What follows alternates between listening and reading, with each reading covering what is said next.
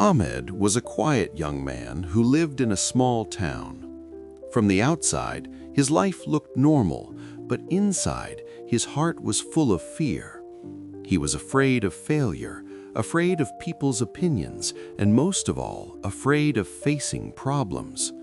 Whenever a difficulty came into his life, Ahmed chose to run away instead of facing it. At school, Ahmed was a good student, but he never raised his hand in class. He knew the answers, yet fear stopped him. He was afraid that others might laugh if he made a mistake. When teachers asked questions, he kept his head down and stayed silent. Over time, this fear became a habit. After finishing his studies, Ahmed got a small job in an office.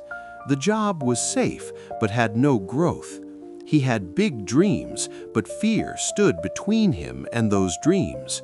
He wanted to speak to his manager about better opportunities, but fear whispered, "What if you fail? What if they say no?" So he stayed quiet again.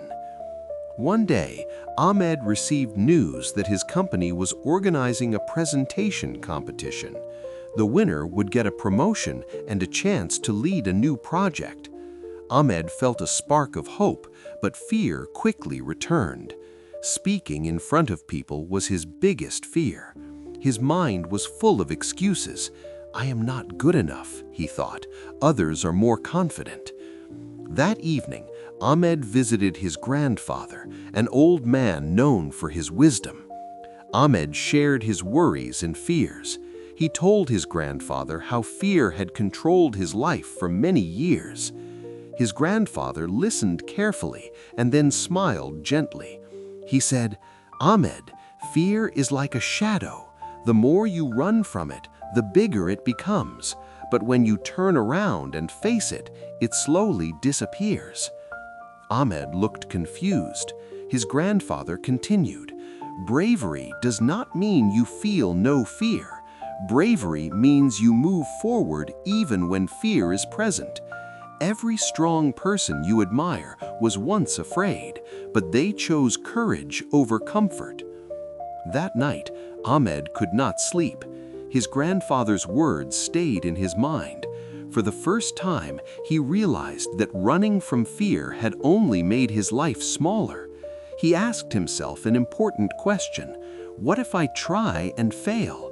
Is that worse than never trying at all? The next morning, Ahmed made a decision. He decided to take part in the presentation competition. His hands were shaking when he filled out the form, but he felt proud. It was the first time he chose courage over fear. The days before the presentation were difficult. Fear visited him every day. Sometimes it told him to quit. But Ahmed remembered his grandfather's words. He practiced every night, even when he felt nervous. Slowly, his confidence began to grow. On the day of the presentation, Ahmed stood on the stage. His heart was beating fast, and his palms were sweaty. When he looked at the audience, fear returned strongly. For a moment, he wanted to run away, but then he took a deep breath and started speaking. At first, his voice was weak, but as he continued, something changed. He realized that people were listening. They were not laughing. They were interested. With each sentence, his fear became smaller and his courage became stronger. When Ahmed finished, the room was silent for a second. Then people started clapping. Ahmed felt something he had never felt before: confidence. No matter what the result would be, he knew he had won a bigger battle inside himself. A few days later, Ahmed received the good news. He won the competition and got the promotion. But more important than success was the lesson he learned. Facing fear had changed him.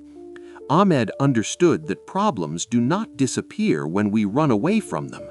They grow stronger. But when we face them with courage, they lose their power. Fear will always be part of life, but it does not have to control our future. From that day on, Ahmed promised himself one thing: whenever fear comes, he will face it, not run away from it, because true strength begins the moment we dare to be brave.